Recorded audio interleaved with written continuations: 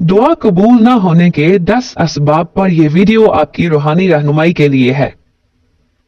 हजरत इब्राहीम बिन अदम रहमतुल्लाह अलैह के अक़वाल की रोशनी में हम जानेंगे कि क्यों हमारी दुआएं अक्सर कबूल नहीं होती।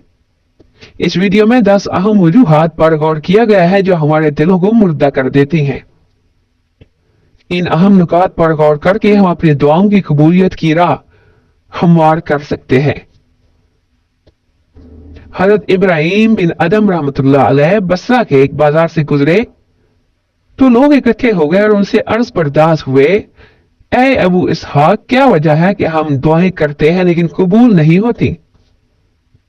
फरमाया, क्योंकि 10 चीजों की वजह से तुम्हारे दिल मुर्दा हो चुके हैं।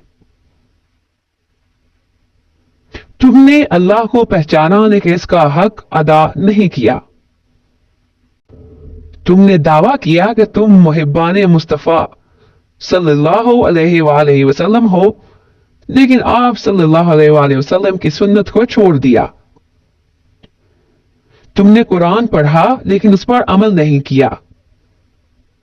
तुमने अल्लाह की नेमतें खाई लेकिन उसका शुक्र अदा नहीं किया।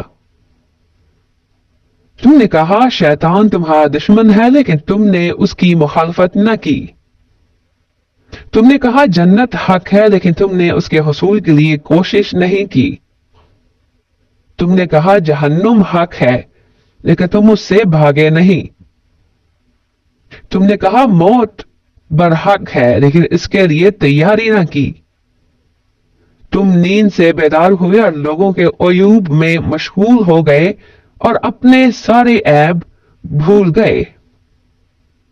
तुमने अपने मुर्दे दफन किए और उनसे इबरत हासिल न की।